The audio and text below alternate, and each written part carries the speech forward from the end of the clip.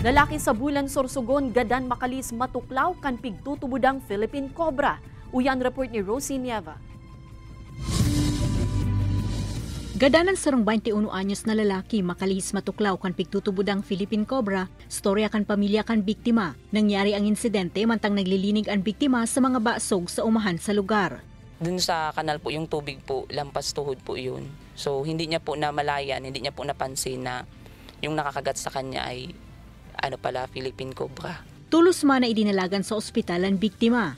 Dating naman po dito nung pasyente, agad naman po siyang binigyan ng first aid, and since wala pong anti-venom na available dito sa infirmary hospital natin, sa Bulan Medicare Hospital, nirefer po siya agad sa Sorsogon Provincial Hospital kung saan merong anti-venom.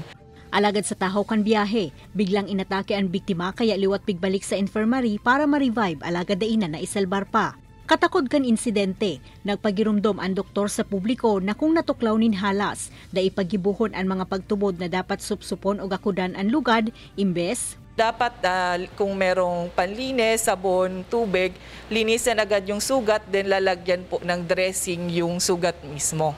Tapos, bawal din po na dinadala po yun sa mga tinatawag natin dito sa probinsya, yung paratandok. Ini si Rosie Nieva, Balitang Bicolandia.